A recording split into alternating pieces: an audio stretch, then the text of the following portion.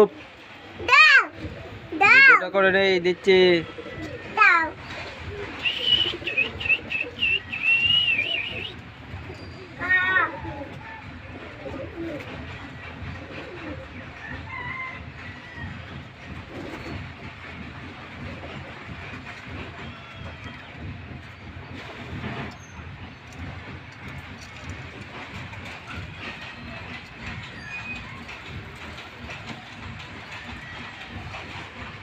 এখানে দাও, এখানে দাও, কয়েক মাম দাও এখানে।